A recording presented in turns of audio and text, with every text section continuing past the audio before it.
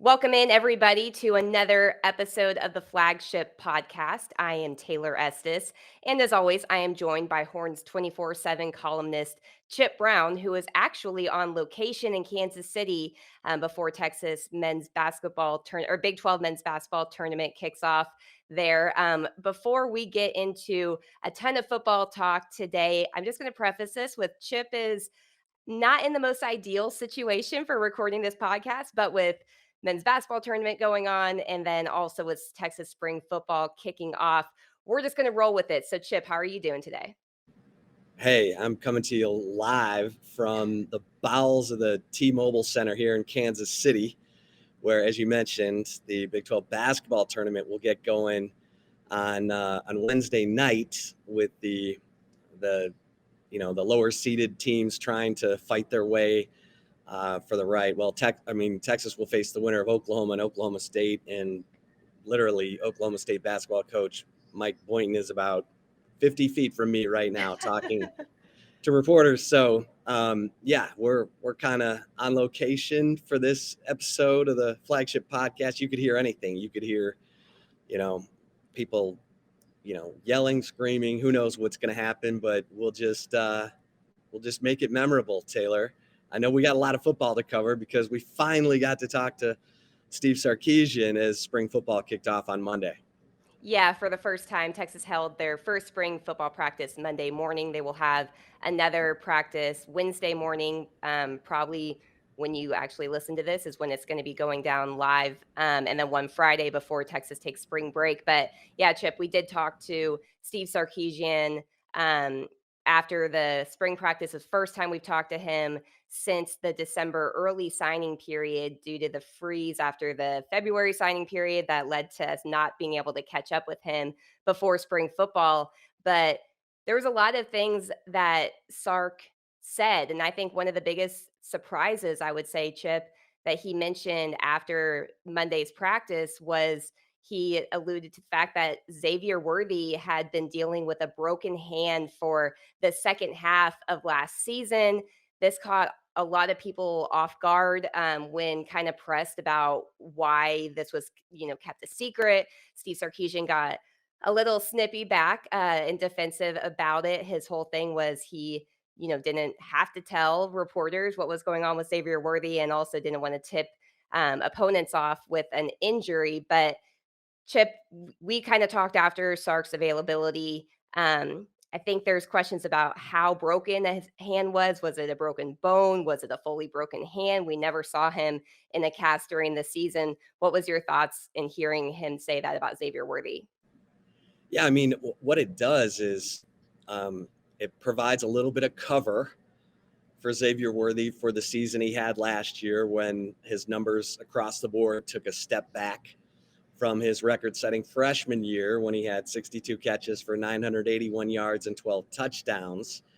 And it also raised expectations, I think, because Steve Sarkisian said, as you mentioned, I didn't tell you guys because I didn't want opponents to know.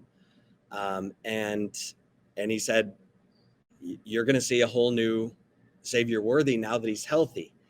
And by saying that raises expectations, and that's exciting for fans. And I've heard really good things about Xavier Worthy, how plugged in he is, how committed he is, how he's connecting better with teammates. And, I wrote in the Insider a few weeks ago that he appears to be treating this like a contract year. I mean, he'll be draft eligible after the 2023 season. And so all of that is good news for Texas fans in the here and now. It is a little, interesting. And Kelvin Banks had a broken bone in his hand and played through it. And he's got to grab on to guys. And look, kudos to Xavier Worthy. Steve Sarkisian said he never was late to a practice, never wanted to come out. Is still and has always been one of the first to practice, one of the last to leave. And so Sarkisian definitely was talking favorably by bringing this up about Xavier Worthy's commitment and toughness. and I think fans are ready to see um, a new and improved Xavier Worthy, whether it was because of a hand injury last year or whatever it was. They're ready to see that Xavier Worthy that they saw their freshman year and expected him to take a big step as a sophomore. And Taylor, you and I have been talking about how the addition of receivers like A.D. Mitchell, Isaiah Nayer, in addition to the return of Jordan Whittington, should help take some of the defensive focus off of Xavier Worthy as he heads into this 2023 season. Yeah, for sure. I think we've talked a lot at lengths about that. And Xavier Worthy was kind of the go-to guy. Steve Sarkisian was asked after he admitted that Xavier Worthy was dealing with a hand injury for the second half of last season. He was asked straight up if he regrets in hindsight, maybe not playing somebody else. And Steve Sarkisian still said, even with the injury, Xavier Worthy was the best option that they had there. I think a lot of Texas fans are probably kind of questioning, you know, how obviously hand injury is going to impact a receiver from catching the football, but there was questions about him losing the ball, especially downfield, not really being giving the extra effort. Maybe that was related to the injury that he was dealing with. But there's definitely some progress that he needs to show. I mean, this is a guy that for the last 2 years after the football season has been the transfer portal threat, right? Is he going to stay or is he going to go? That doesn't matter if you're injured or not. You have to be fully bought in. I think it is promising hearing Steve Sarkisian say that the comments that he made, about Xavier Worthy, you're going to see a different, quality and talent on the field in 2023 than what you saw last season and his improvement. But you still kind of wonder where he is from a focus standpoint because there has always been kind of questions about that, right? Yeah, I mean, I think when you look at last year, I think there was some frustration with Quinn Ewers being a young quarterback and going through growing pains, and then ironically, and there was a confidence loss. I mean, I don't think Quinn Ewers would even dispute that.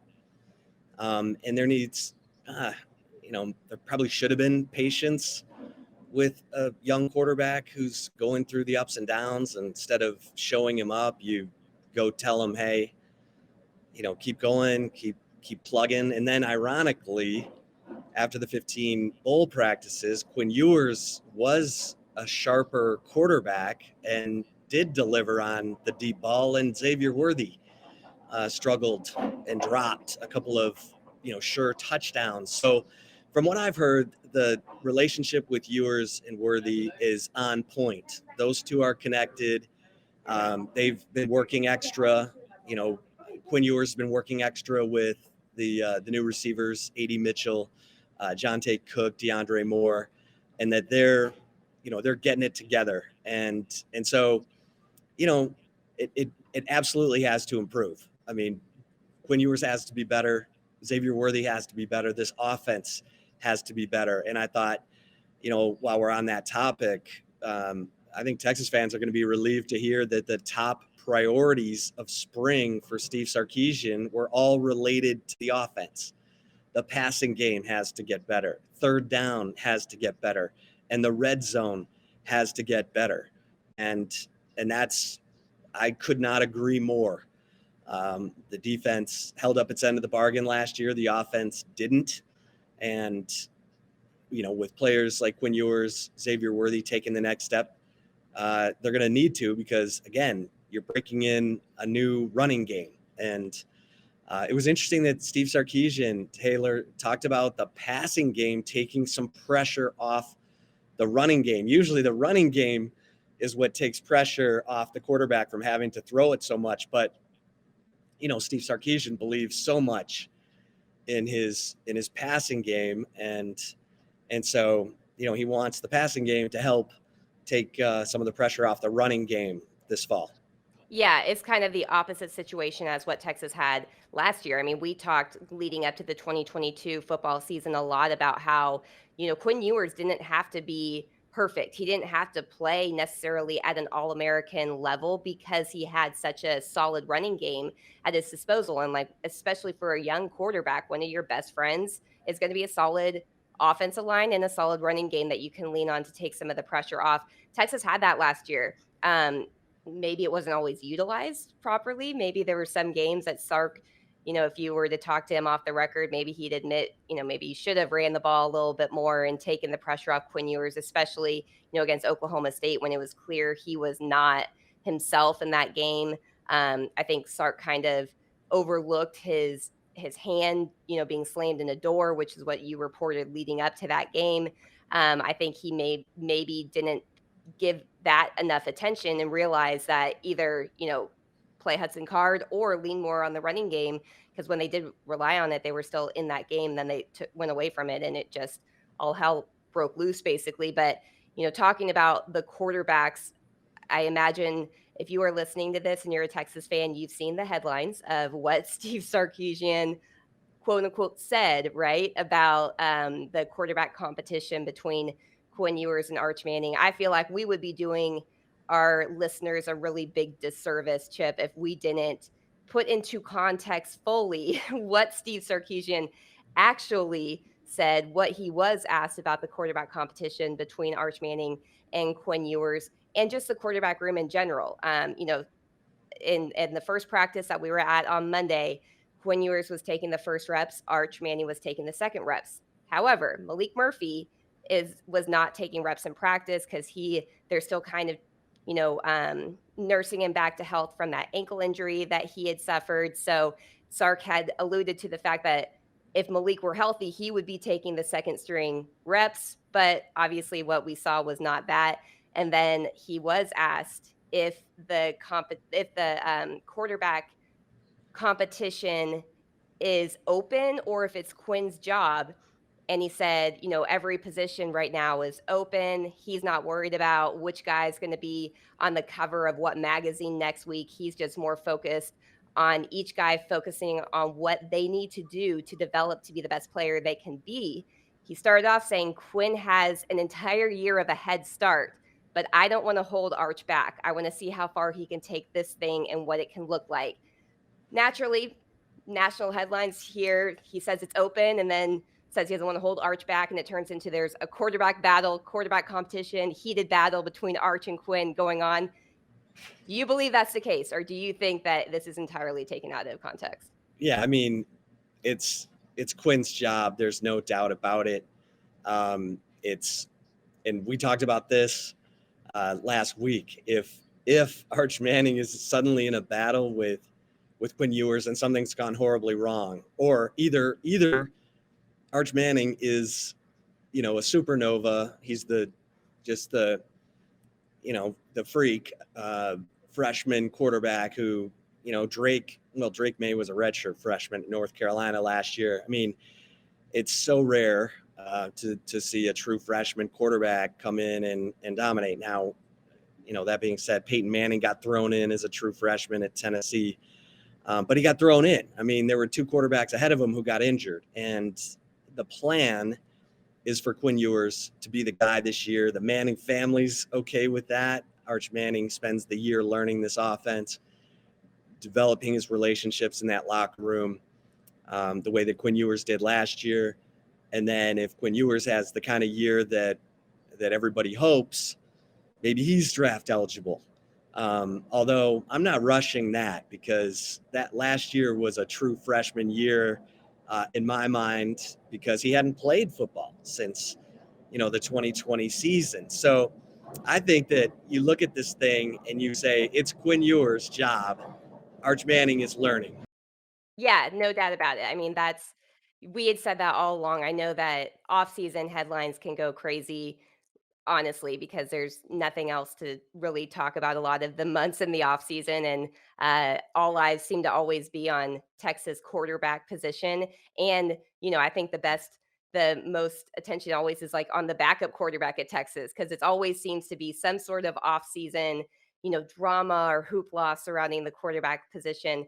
I agree. I mean, this is Quinn Ewers' job to lose, and I think Steve Sarkisian can't sit there and say, "No, like, this is Quinn's job," because you do that, you're opening a can of worms for other players on the team to be like, "Well, why aren't you saying it's my job when it's clearly my job?" Like a Jalen Ford, you know what I mean? Like, it's just you go down a rabbit hole then that can really spiral out of control and issues cause issues in the locker room, honestly. And that's the last thing that Steve Sarkisian wants. He's got to say every position's open, and if he didn't say that, I think he's setting himself up for some issues that could happen from players not feeling like they are getting the proper acknowledgement, maybe from the head coach too. Yeah, and Sarkeesian's an interesting guy. He doesn't really talk about the injuries. As we were just talking about, remember when Casey Thompson had his thumb injury? He ended up having surgery at the end of that year. Sarkeesian never really talked about that. So Sark's an interesting cat. Yeah, and I think that's one thing that a lot of people wonder too, and the way that he did handle Xavier Worthy's injury too. I mean, how many people were questioning what was wrong with Xavier Worthy? I mean, balls were hitting him in the hands and he couldn't catch the ball. And especially, there was a number of games, especially later on in the season. I understand why Sark maybe didn't want to tip off opponents about that. What I don't understand is, number 1, I feel like he kind of put Xavier Worthy in a position to kinda take the brunt of the blame for what was happening in the passing game, or from the receivers', perspective in the passing game in 2022. And then also, I think there's still the question of, well, was he working on, tracking the ball when it's in the air? Because that was an issue. Contested catches, an issue. I mean, it was, and, back-to-back drops in the Alamo Bowl that each one of them could have gone for a touchdown that led to Jatavian Sanders kind of ripping Xavier Worthy on the sideline because he had kind of a nonchalant, "Oh, whatever" type of attitude after he literally dropped surefire touchdown passes. Those are still things that haven't been answered, and I think that talking about his injury doesn't help it. And again, like, the injury thing's kind of weird with Sark. He doesn't have to tell us by any means, but I feel like he's kind of let some of his players get a lot of the heat when they have been dealing through injury. And even with Quinn Ewers, again, going back to that Oklahoma State game where he had his hand slammed in a door prior to that game, and he threw the ball, 40 something times against Oklahoma State when the running game was working effectively earlier on.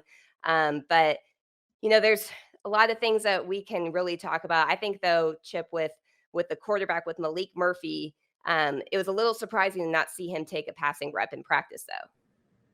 Yeah, I mean that's frustrating, and we don't really have a clear answer from Sark about what is it, a re-aggravation, because Malik Murphy was running. I mean, he was doing well. He was throwing well, and now he's not. And so, is this a stress fracture? Is this a nagging injury now that has come, as a result of the ankle injury?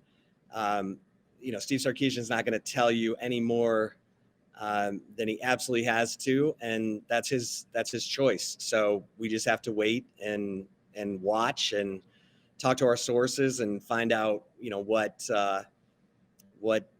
when we can expect Malik Murphy to be back in action, because these are really valuable reps for him.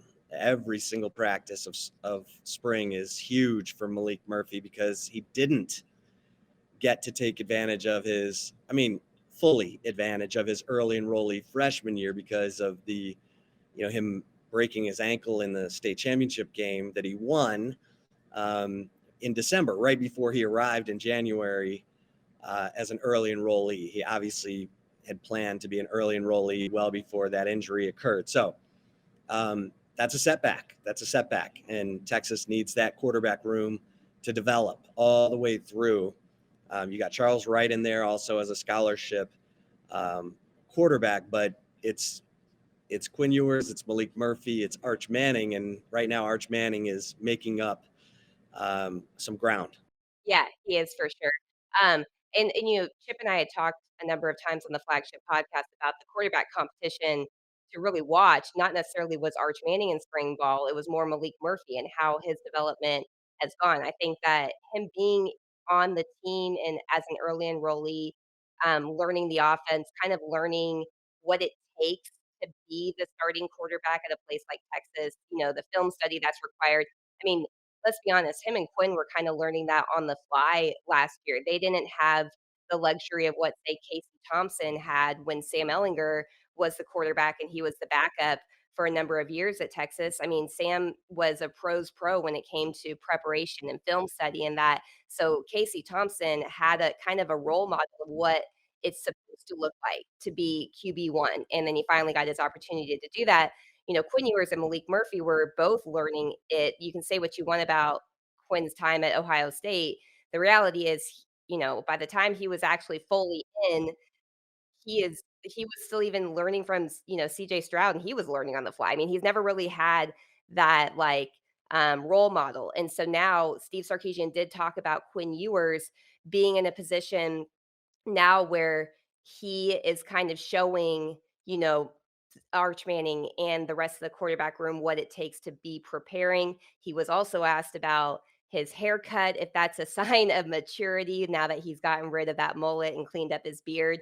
Steve Sarkisian said, perception a lot of times often becomes reality, and that's why people are making a bigger deal probably of a haircut. But he does feel that Quinn Ewers, from a maturity standpoint and knowing what is expected now after a full year of college football, a full year of being the starter at Texas, what it takes. And I think from everything, walking away from what Steve Sarkisian said Monday, I thought he, regardless of whatever headlines were, I felt like he had pretty glowing result or remarks to say about Quinn Ewers' development and maturity off the field so far.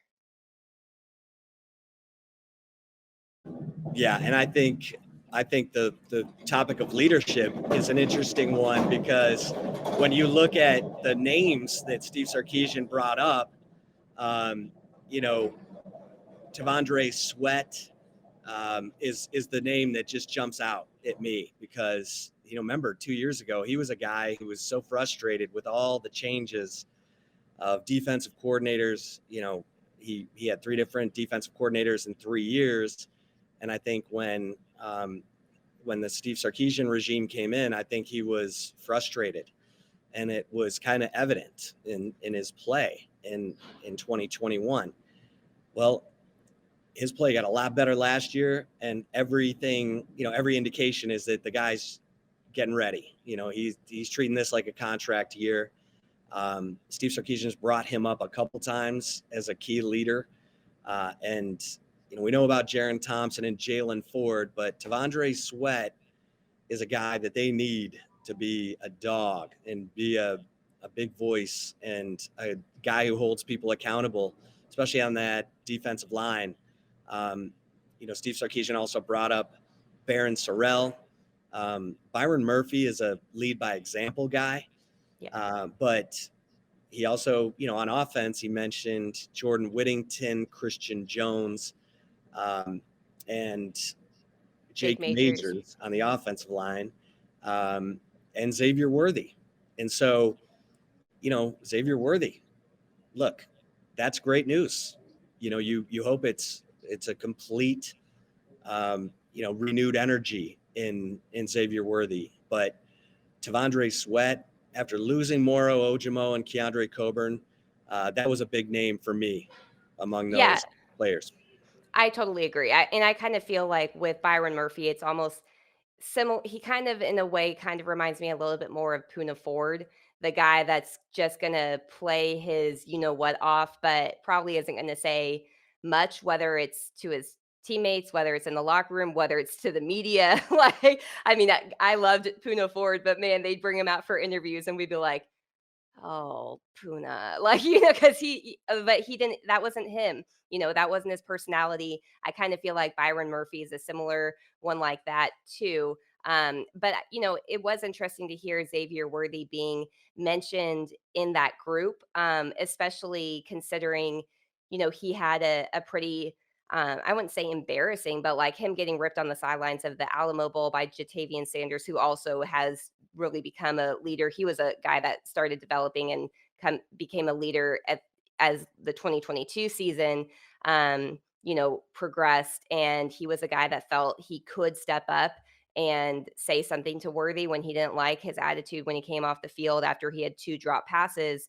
Um, I would hope if you're a Xavier Worthy, you took that as a lesson of, oh my gosh, like if I really want to be as good as I want to be, I need to have a better attitude. And I want to see that though on the field, Chip. I want to see him show more not effort. I don't want to say that because I'm not saying that he doesn't give effort, but accountability maybe. I feel like Xavier Worthy was always very quick to talk about his performances after, in post game, even after losses as a true freshman. And then when he started struggling, they would never bring him out for post game interviews in 2022 if he didn't have a very good game. And at some point, you have to take some accountability. Quinn Ewers always had to face the media after games, good or bad. If you're going to really be a leader, you need to be able to face the questioning and stuff of the public, especially if you're an upperclassman. If whether it's good, bad, or indifferent type of performances, in my opinion. Maybe I'm off base. I don't know. No, I think you're right on the money. And I also have some people circling me here. I think they want to kick me out of the T-Mobile Center. You ready to get to some love it or leave it? I am. Before we get to love it or leave it, we're going to take a really quick break, but stay tuned. We have plenty more football talk coming up. We'll be right back. And if you're watching on the Horns 24/7 YouTube channel, we will continue on here to love it or leave it. All right, Chip. First love it or leave it for you is love it or leave it. Xavier Worthy playing much of last season with a broken bone in his hand changes your opinion of his 2022 season. I'm only going to love this if he's fantastic in 2023. Um, you know, because if you're well enough to play, then you're expected to perform. And so if he has an outstanding 2023, I will love this. I will say, okay, yeah, that hand injury must have really been bothering him. Otherwise, I'm going to leave it. How about you, Taylor? Yeah, I mean, I'm kind of in the same boat, so I guess that means I'm gonna leave it. And mainly it was just a lot of times questioning what he was doing, like not really making the extra effort. I mean, there was a number of drop balls well before midway through the 2022 season that I bet he would like to have back. And according to Sark, it was in the second half of the year. So Texas Tech, there's a number of I bet plays he would want to have back. I mean, his reception percentage for targeted passes went from 60.2 as a true freshman to 52.2 as a sophomore. Obviously, having a redshirt freshman, we'll say, but basically a true freshman quarterback probably also added to that. But still, I mean, catching only 38.5% of contested catches when a lot of those were, in the first half of the year, that's definitely something that is hard to kind of shake. So I agree. Like I I think there are reasons why it did impact him, and that's fair. And it would be unfair for us to say that it didn't have any impact on him. But I agree with you. Like you were well enough to play, so you're expected to play, and you're expected to play at an elite level when you're at a place like the University of Texas, and you're coming off of a All American freshman season. So um, yeah, I would like to see it though. Like we can say you can say whatever you want. Star can say whatever he wants about Xavier Worthy right now, but there was just a number of times where it looked like he had a little bit of an attitude. I think the other thing too is kind of the transfer portal hoopla seems to be like an annual thing with him. I think that doesn't help the case. I think it kind of makes it look worse, and people are less willing to give him a pass a little bit, even if he did have a broken hand or a broken bone in his hand last season, just because there's been so much other noise, it seems, around him. So I'm going to leave it. Not because I'm dismissing the broken bone. I'm going to leave it because I need to see a substantial leap in development and progress, attitude, focus, everything in his junior season, as what you said is what he's considering a quote unquote contract year. Yeah.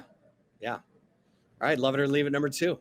All right. Second one is love it or leave it. You were relieved to hear all of Steve Sarkisian's top priorities for the spring involved improving the offense, passing game, third down, and red zone.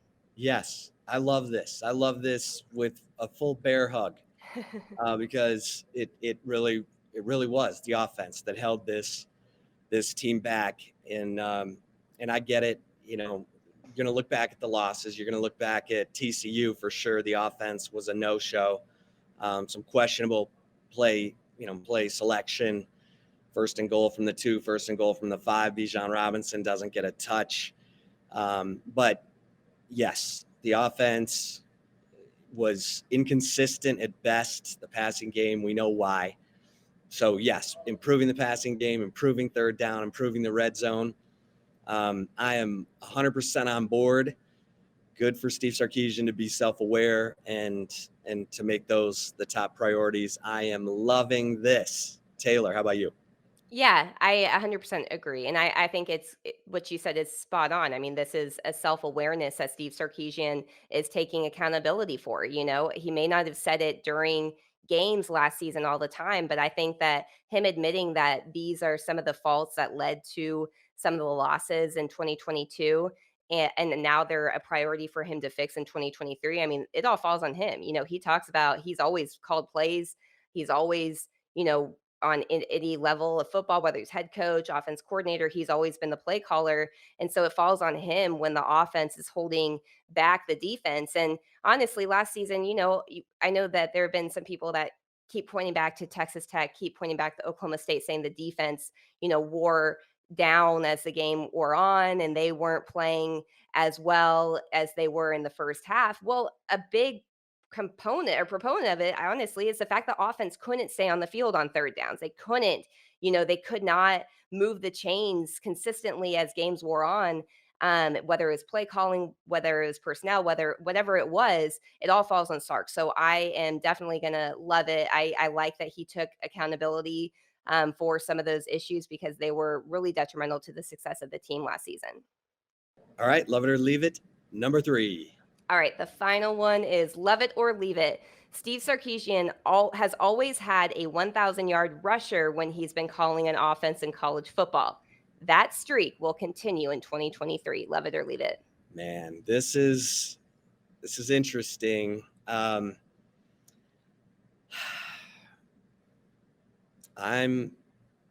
you know what, I'm going to give him the benefit of the doubt. I'm going to give him the benefit of the doubt. I think there's talent in the room. You and I talked about this last week. It could be a combo.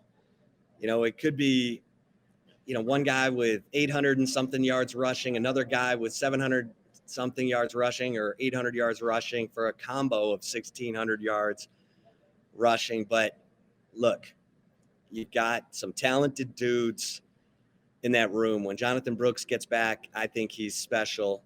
Jaden Blue's getting rave reviews, and so is Cedric Baxter Jr., who was the number 1 running back in the country in the 2023 recruiting class. So I'm gonna give him the benefit of the doubt. It's close, Taylor, to me leaving this, but he has been steadfast about running the football. He has had 1,000-yard rushers. I will give him the benefit of the doubt, and Tashard Choice the benefit of the doubt, because Tashard Choice has been doing a great job on the field, off the field, in recruiting. I'm not going to doubt T Choice right now at this point. How about you, Taylor? Yeah, I think I'm gonna love it. I mean, there's a lot of reason to leave it, as you had said, but I think at the end of the day, Sark has shown this time and again that he will find a way to get a 1,000-yard rusher if he's the offensive play caller. And in college football, his track record, he pointed to it on Mondays, talked about that. He's never not had a 1,000-yard rusher, and he's been calling offenses for a lot of years. I mean, he was whether it's a head coach, a coordinator, anything like that. So I'm not going to go against his track record at this point. I think Texas has a lot of talent, as you had said, in the running back room. It's not easy to replace the production that Bijan Robinson and Roshan Johnson brought to the offense last season. There's like that we would be dumb if we said, oh yeah, they're just going to pick up where they left off. No, those are two very, very special running backs, and were a luxury that Texas had at their disposal. Now there's a lot of young talent and maybe unproven, but I think the combination of Sark always having the 1,000-yard rusher. And also, as you mentioned, Tashard Choice, he's really been um, instrumental, from not just from like developing even Bijan Robinson, like him being such a better pass protector in blocking last season. That was something that Tashard Choice really kind of put an emphasis on, because it's hard to put an emphasis on his running style because he's so good. But he's even like some of the elite of the elite. He still has found ways to develop on the field. And Cedric Baxter Jr. had a great relationship with him. He's a huge reason why he ended up at Texas, was Tashard Choice. So the combination of those two, Choice getting, I think he was one that got a contract extension, I believe, this offseason. I could be off on that. I don't have it in front of me, but yeah, I'm gonna love it, and I'm gonna give them both the benefit of the doubt here. Yeah, no, that's it's good stuff. And real quick before they throw me out of the T-Mobile Center, I did report this morning that Torrey Becton has a job offer from the NFL. So we'll see how that plays out. He's got 4 kids. I think if Texas could, bring him up a little bit, he'd probably stay. But who knows how we'll have to, everyone needs to stay tuned at horns247.com to get the latest on that. Obviously, Torrey Becton is seen as a guy who's done a nice job with this team. The soft tissue injuries have gone away, and he's seen as a guy who really connects with players, gets the best out of them in terms of their strength and conditioning performance. So one little last nugget there. And Yeah, and that would be a huge loss. Like, as I think a lot of the generic fans don't really consider the strength and conditioning, the head coach for strength and conditioning, as really as instrumental as they really are. I mean, I think aside from the football head coach, the second most important position on a college football staff is the strength and conditioning coach, because that him and his team are the only ones that are allowed to be with the team all year round. Whether it, even when coaches aren't allowed to be around the players, those coaches are allowed. They're not only, in charge of developing players' bodies and, teaching them techniques to help them avoid injury, they also are the ones that are in charge of maintaining the culture inside the locker room among the team when the coaching staff is not able to be around the team. And I think Torrey Becton, when we talked about this earlier, I thought him and his staff were kind of the unsung heroes of 2022. Look at what Jordan Whittington finally was able to do, have a full healthy season, didn't have some of the strains or issues that he had in the past. And I think that's a huge credit for Torrey Becton. So if, you know, Steve Sarkisian's got to do whatever they can to keep him on, because I think that he is a major key to the success puzzle for Texas. And having to replace the second most important coach on the staff is not good, especially if you're already into spring football. It's going to be hard to find somebody that could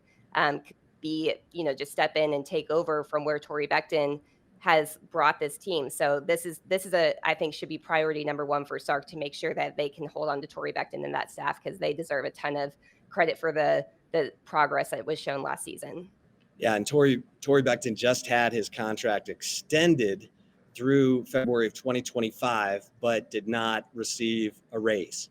Yeah. Now he makes some nice coin. He makes $550,000 a year, but compared to like Oklahoma State's right, football straight, that guy makes $1 million a year. right. Georgia's makes 800 something. I mean, there's a Right. lot of it might be time to pay the guy. Yeah. And he is your culture coach in a lot of ways. So we'll have you up to date and informed on that situation over at horns247.com. Taylor, everybody, thanks for your patience for me recording here in the tunnel of the T-Mobile Center. They're trying to move all these tables around me, but I'm gonna sign off. Taylor, thanks so much for everything, and to all the listeners. Yeah, so make sure that you are subscribed to the Horns 24/7 YouTube channel. Tap the bell for notifications. Also, be sure to subscribe to Horns 24/7 for all of the latest intel coming out of spring practice. For Chip Brown, I am Taylor Esses. We'll talk to you guys later.